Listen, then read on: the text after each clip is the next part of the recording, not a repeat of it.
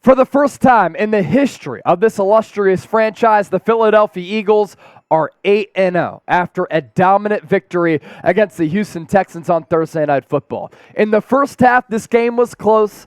This game became a little bit worrisome, but as the Eagles have done all throughout this year, they're able to wear the opponent down, pull away in the second half, and come through with yet another statement victory. The final score from NRG Stadium in Houston, Texas, 29-17. And because the Eagles are 8-0 for the first time in franchise history, I know all of you are pumped up just like I am. Go Birds. I want you to type Birds in the comment section right now. Let's get to my news, rumors, takeaways from another Philadelphia Eagles victory, as yet again we celebrate another monster dub for the Eagles. Jalen Hurts, really good in his homecoming to Houston. He grew up in the Houston area, so he had so many friends and family in attendance at NRG Stadium, and I thought he played a pretty good game. There was that fumble as the Eagles were trying to put more points on the board after a couple of splash plays. The big takeaway for Hurts, he was solid. 21-27, 243 yards and 2 touchdowns. I thought that at times Hurts didn't understand where the blitz was coming from, and that's something that I want to see him continue to improve upon. But for Hurts, the completion percentage continues to be on the uptick. I mean, for a guy who in his rookie year completed less than 52% of his passes, and now he's hovering around 57%, and tonight, 21-27, for 243 yards and 2 touchdowns. I thought he played a really solid football game. And then I thought that Miles Sanders once again showed up. He had 17 carries for 93 yards and a touchdown. And somehow, some way, Miles Sanders continues to be criminally underrated as a really good running back for this team.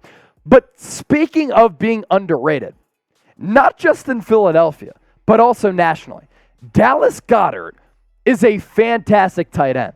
Dallas Goedert is not talked about as arguably the best tight end in the National Football League. Like, people want to talk about George Kittle being that guy as the best all-around tight end in the league. Dallas Goedert blocks at an elite rate, catches passes at an elite rate, but also does such a good job of picking up yards after the catch. I love how the Eagles, when they need a big play, can sometimes just throw that dump-off pass to Dallas Goedert, get the blockers out in front. Jason Kelce, Landon Dickerson, Lane Johnson, Jordan Mailata, Isaac Seumalo. They get downfield, and then opposing defense have to worry about Dallas Goedert barreling toward them.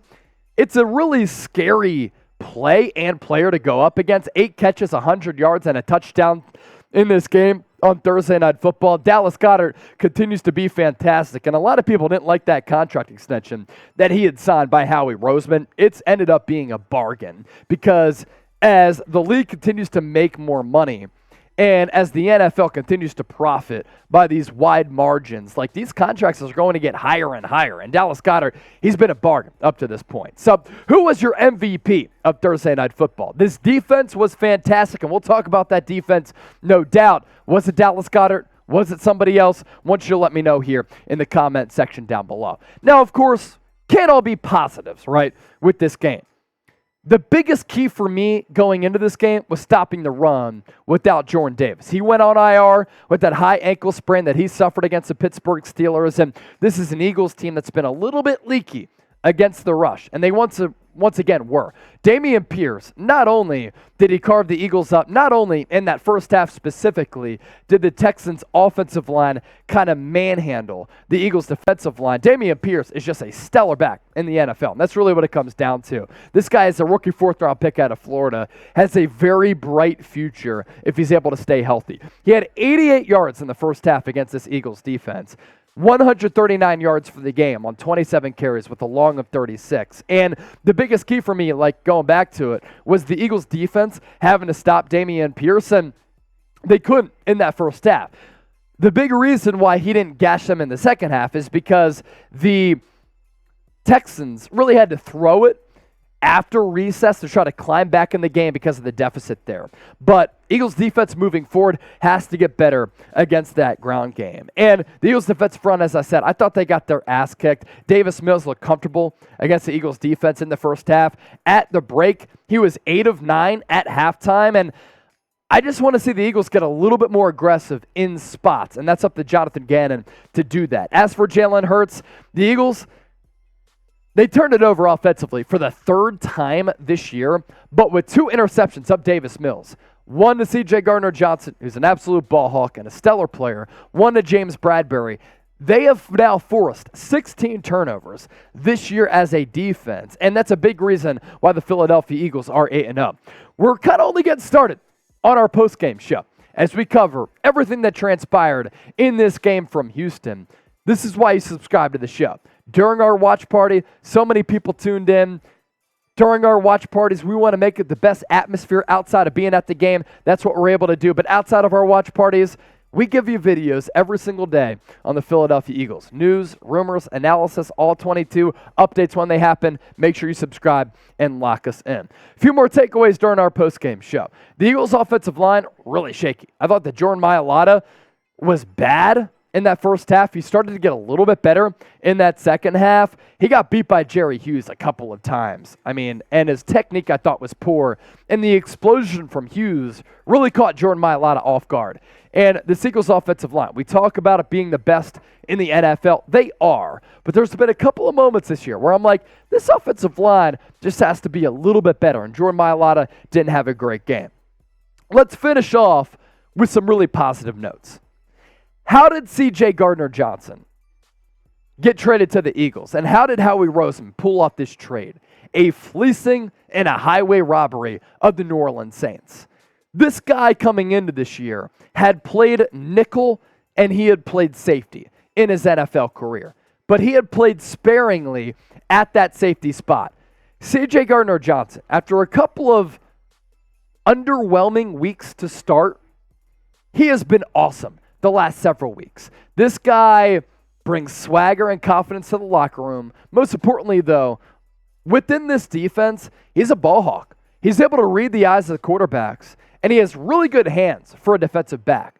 And you know that saying out there, like defensive backs play defensive back because they're not sure-handed and they couldn't play wide receiver. They're good enough athletes to play wide receiver, but they don't have good hands. For C.J. Gardner-Johnson, like this guy's making diving interceptions. This guy is making game-changing plays. And how the hell were the Saints willing to trade him away for the price tag that Howie Roseman got him for? It really does blow my mind, but the Eagles are certainly lucky to have CD Deuce.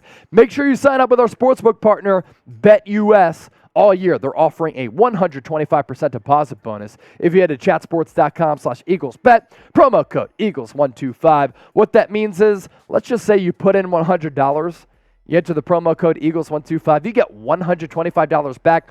That's $225 to game with on the NFL, college football, Major League Baseball, as well as the NBA. Sign up with our sportsbook partner today. It's chatsports.com/EaglesBet.